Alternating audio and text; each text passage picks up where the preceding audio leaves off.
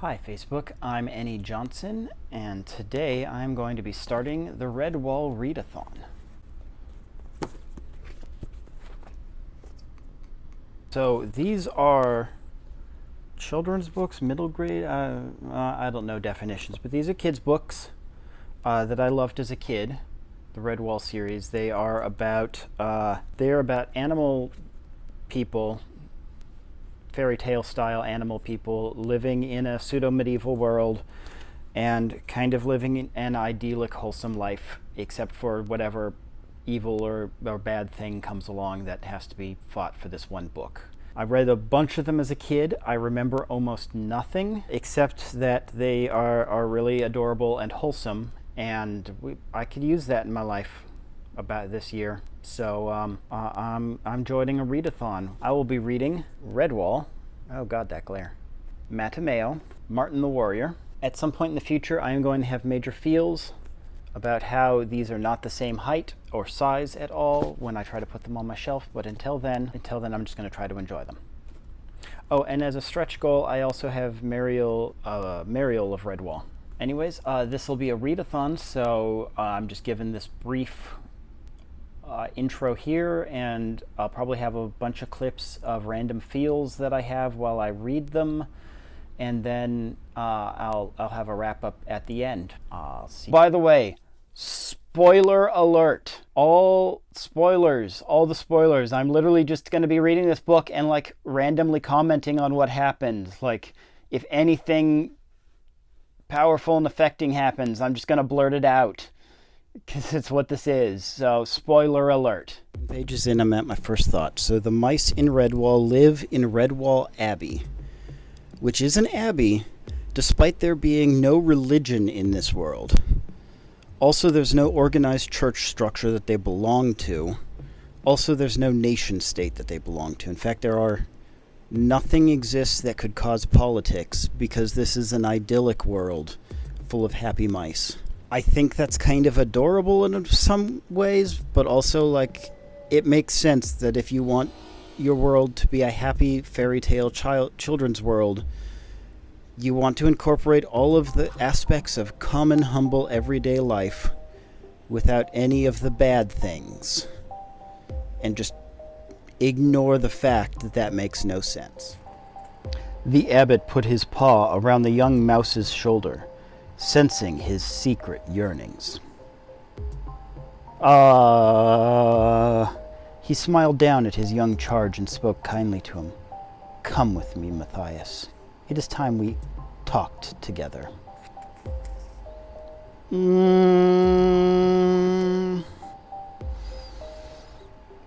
I'm hoping that this just didn't age well into adulthood. Oh, here's another thing I've read on the forums discussing this book, readathon, is that the first Redwall book is before they really, standardize some of the world building, so there's lots of real world references as well as references to humans. So in chapter 2 here, they mention that the villain Clooney the Scourge is, or it might be a Portuguese rat, and they mention a horse without carrying a cart without a rider.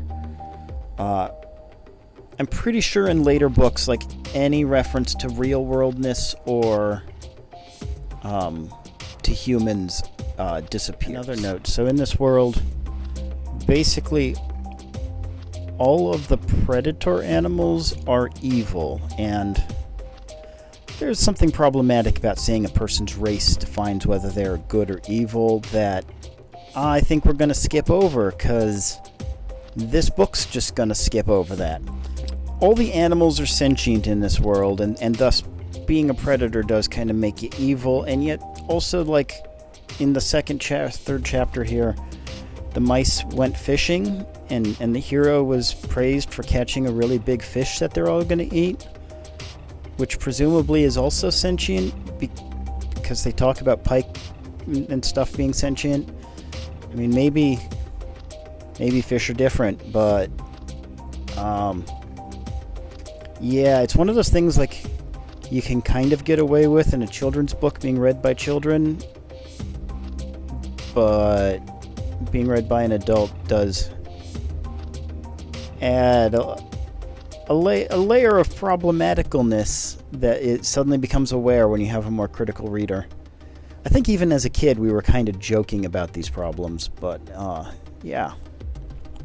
I forgot how much I love the moles in this book. They're just awesome.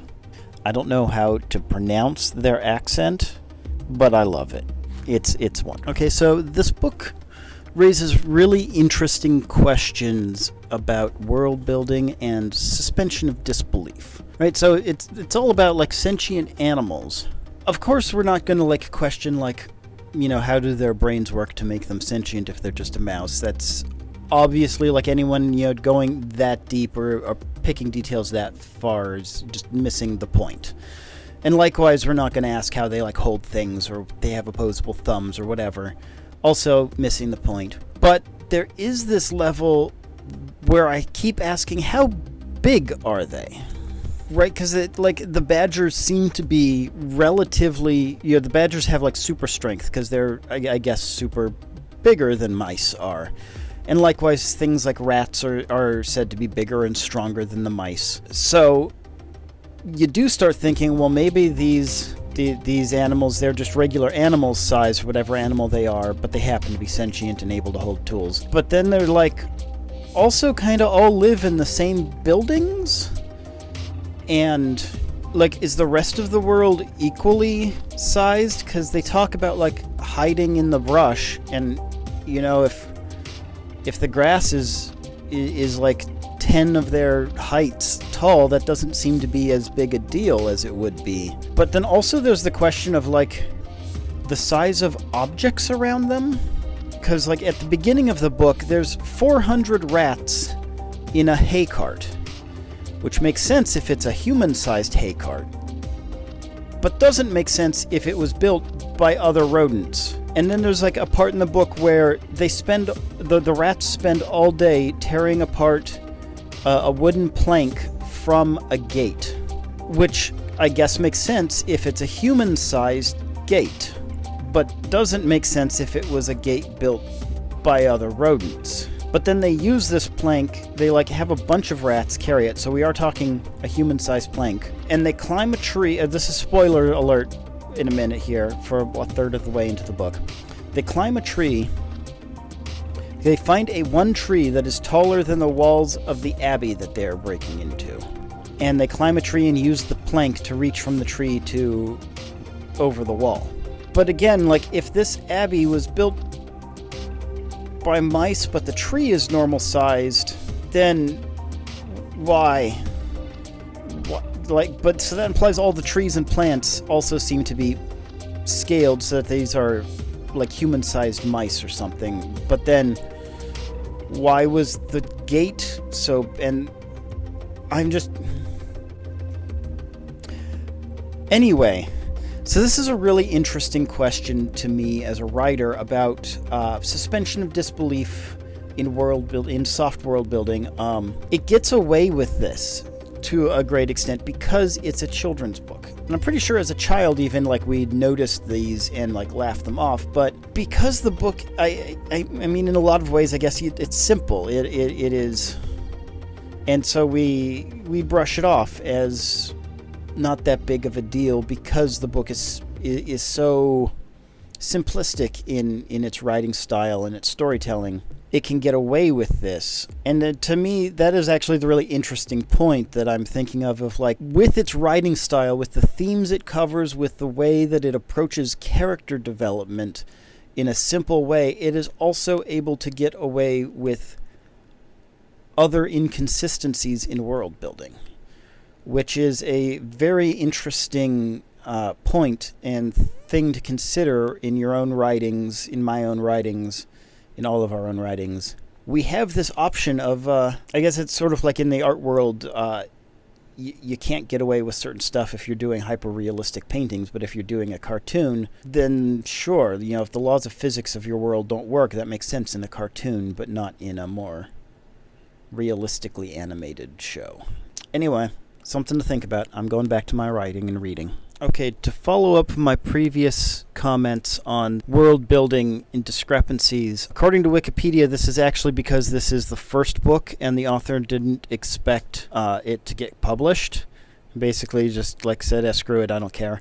And the later books do apparently try to fix a lot of this, as well as changing some of the history and background. And we'll never again have any reference that could imply human habitation. I guess this one was sort of falling somewhere between world where the animals are all just sentient and about the same size, and a more like Rats of Nim style, the animals are sentient amongst the normal world. And all the later books, they're going to say all the animals are roughly the same size and there are no humans. And not real world, there's no real nations, anything like that. And there's even specifically no religion. This book, while not mentioning like Jesus or anything, does have an abbey, a church, and a lot of people mention Satan. This is the book with the snake. This is the book with Asmodeus the snake. Oh my god, that snake is so creepy when I was a kid. I'm gonna love this. So, I have mixed feelings about the general tone of this book. I love how just like wholesome and nice and like kind and just like genuinely good all of the good guy characters are.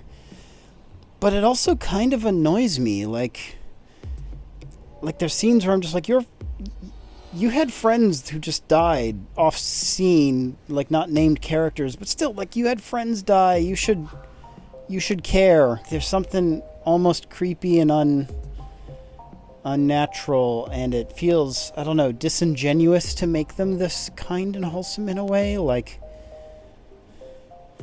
I'm definitely not someone who wants like a dark and everything to be dark and gritty, but like feels equally disingenuous to be lying to children to tell them that this is how the world works.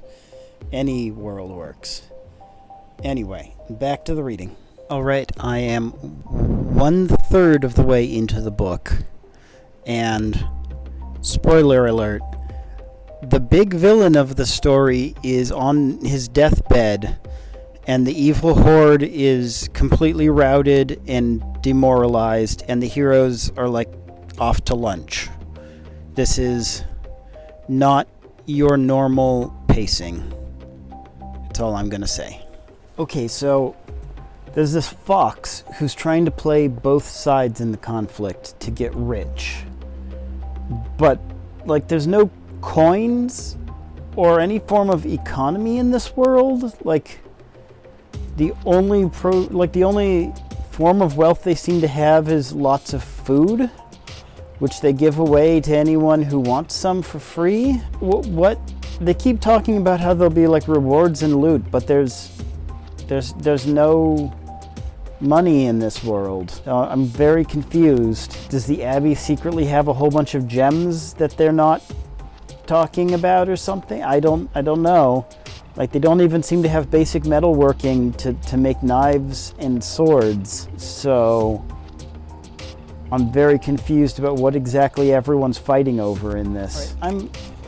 I'm feeling kind of conflicted about the general tone of this book. They're in the middle of a siege, and yet everyone seems very relaxed and peaceful about it. And on one hand, with all the shit show that 2020 is, I feel like I appreciate something nice and gentle about disasters. But another part of me is like, do something.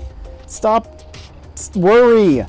What is wrong with you people, you mice people? Have anxiety. Act like a normal person. Maybe that's... And furthermore, like, these foxes only get rich from the rat side if the rats win. So I don't know why they are helping the Redwallians if it risks that. The scheme does not make any sense. And to follow up on the Fox's scheme, like, the Redwallians just basically screwed them and double-crossed them, stole the plans they were planning to sell, and beat the crap out of them anyway, which does not, the scene did not come across as something the good guys are supposed to do. Like, even if these foxes are not on their side, they are willing to help for money, whatever passes for money. I don't know, there was a level of cruelty and like calling them traitors when they're not even on their side that sounded like something the bad guys should be saying. It did not come off as what the good guys should sound like, especially in such like a simplistic children's book of right versus wrong. Okay, and furthermore, okay, on another side plot, there was like, they've captured the sparrow and they're now withholding food until it behaves. Like, this is not allowed by the Geneva Convention. This is not what heroes in children's books are supposed to act like. It's kind of a little fucked up, and a little like, there's this justification of like, well, we're allowed to be bad to the evil races. It's okay, and it's not all right. And despite the fact that the Redwallians double-crossed the foxes and screwed them, like beat them up and just took what they wanted from them, but the foxes continue to spy on the rats and then get caught and probably executed despite all of that. Like, this does not make any sense. Side note, this is not a good book to read if you are on a diet. Just keep that in mind. Okay, time has passed. I had a bit of a reading slump. Well, technically more of a doing anything slump, but I'm better now. We're all fine here. That's just 2020, and things keep rolling along. So I'm back to finishing Redwall. I do feel a little embarrassed that a children's book has taken me. I'm now a week past the deadline to finish this readathon. But the good news is that this readathon is actually only the one book, Redwall, and the other books will be read again in a couple months. So I am less super behind than I thought I was. And I mean, I am supposed to be starting another readathon because I seriously overcommitted and I had a very high opinion of my reading speed, apparently, that did not match the reality that is 2020. So anyway, we're going to get back to reading this. Okay, so apparently the fox is now robbing the place, and the economy has made a little bit more sense. He's apparently stealing like fancy plates and goblets and silverware and little like, you know, knickknacks and keepsakes. And I guess that kind of makes sense, that they would have nice things and that they wouldn't even really like comment or think about how rich they are, because this is a weird communist utopia of mice who are religiously atheists. There's a lot of other social aspects to this world that's not making sense, but at least there is some economy worth stealing, I guess.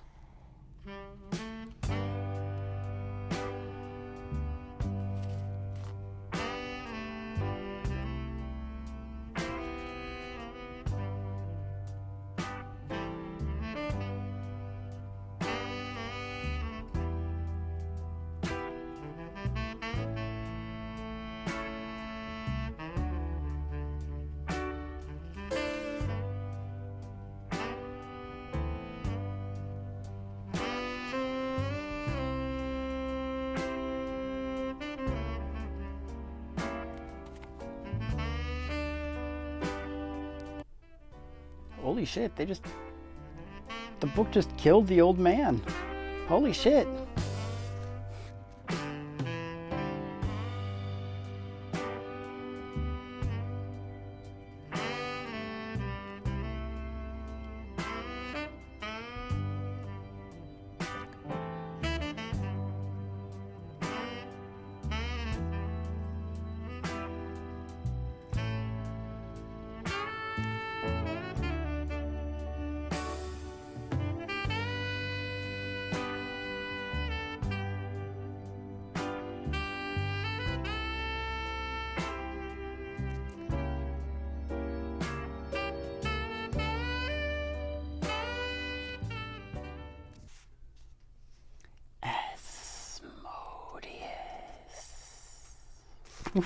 I love how creepy this villain is.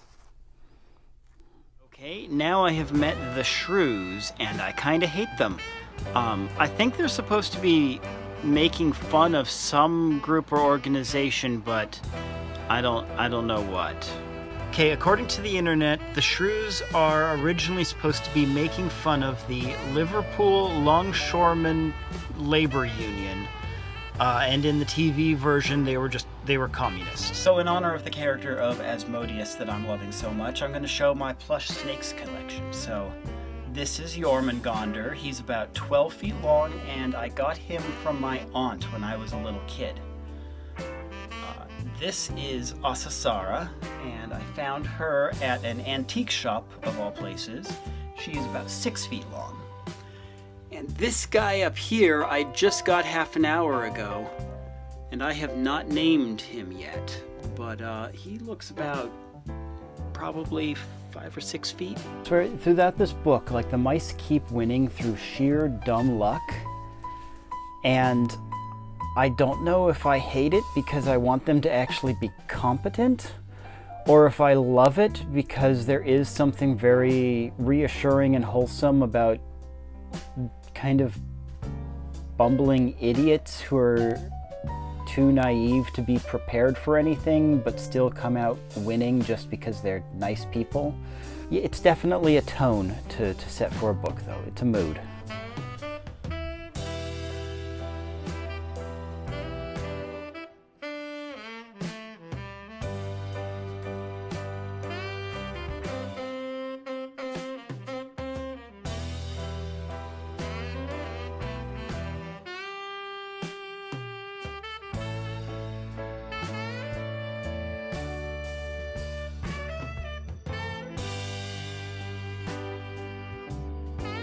A lot of creatures die rather horrific deaths for a children's book. I mean, we're not talking like Game of Thrones horrific or like the kid in Le Peste, but like, it's not graphically described death, but a lot of things die in this in ways that, if you try to think about what it might look like, are not pleasant.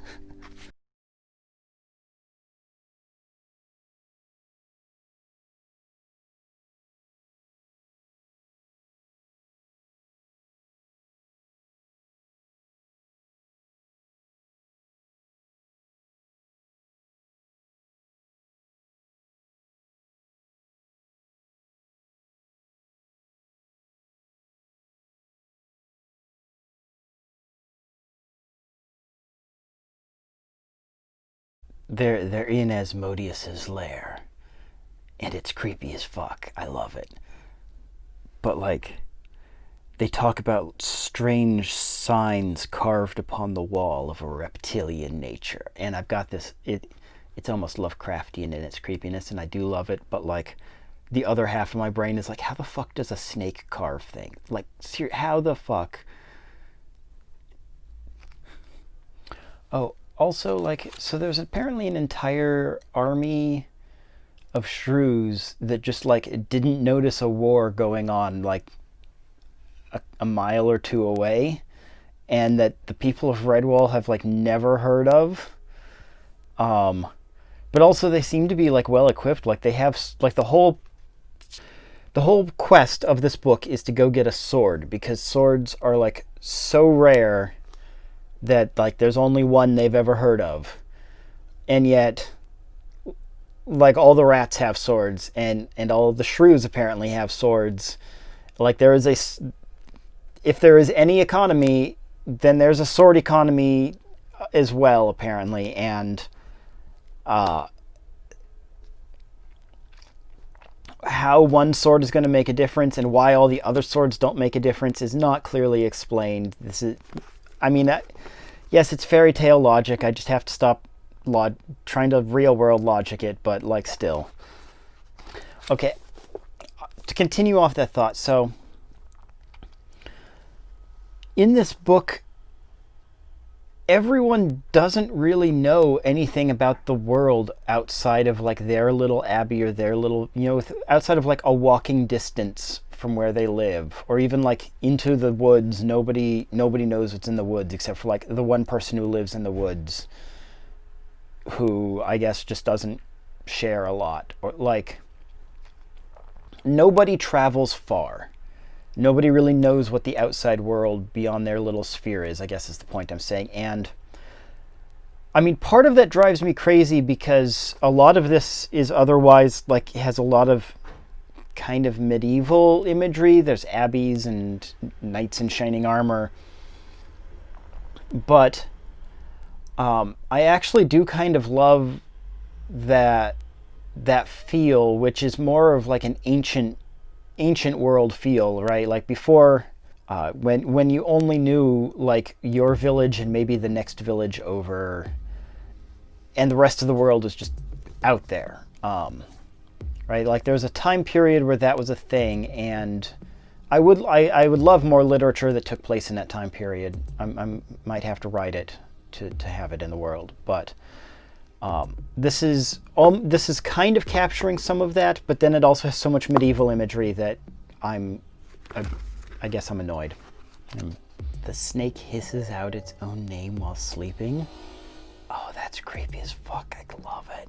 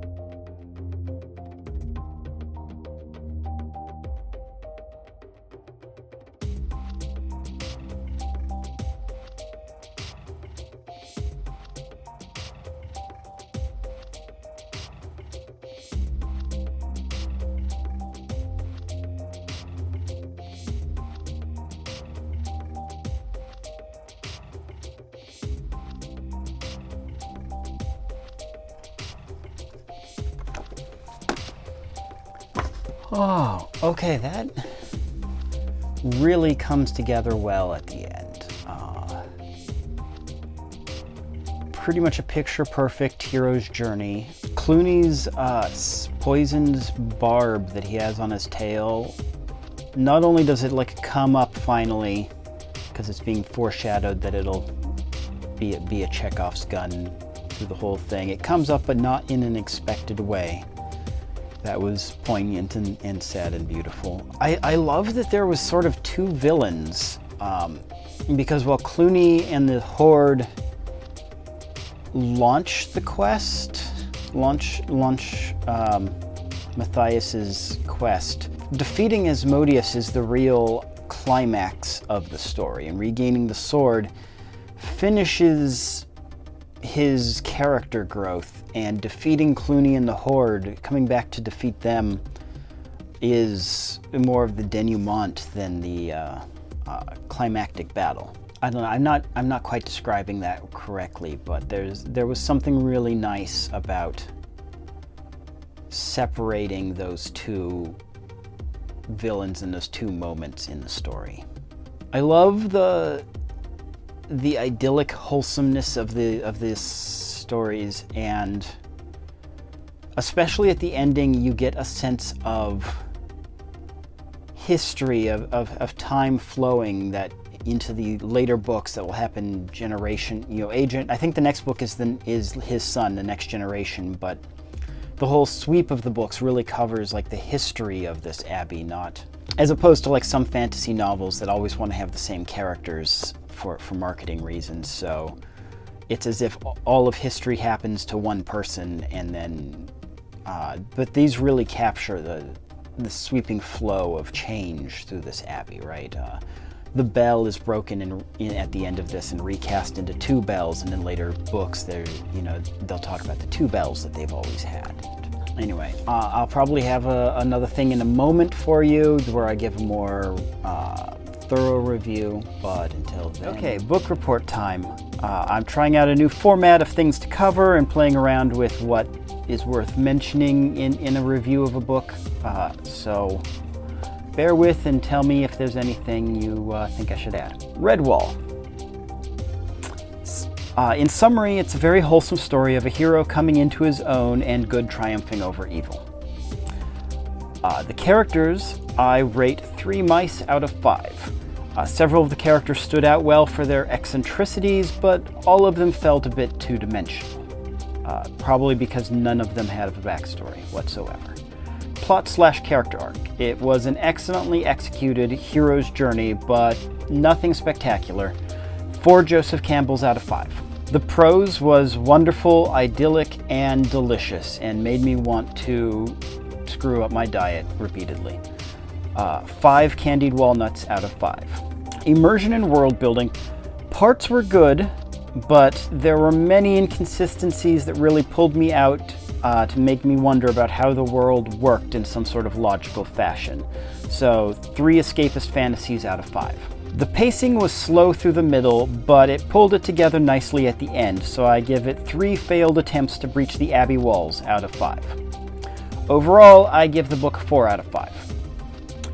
Remember, these are completely arbitrary Nick units of Nick opinionness. As an added note, earlier I felt that it really sapped the pacing that the good guys just constantly won out of sheer dumb luck, but I think it worked at the end. It pulled together into a sort of message that, yes, good naturally triumphs over evil, which is sort of part of the theme of the story, but if good doesn't actually address the root cause of their problems, evil will just keep trying, and eventually the luck will run out. At least that's what I took from it.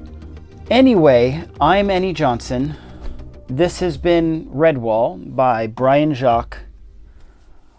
And I hope you've enjoyed it, and I'll see you again next week.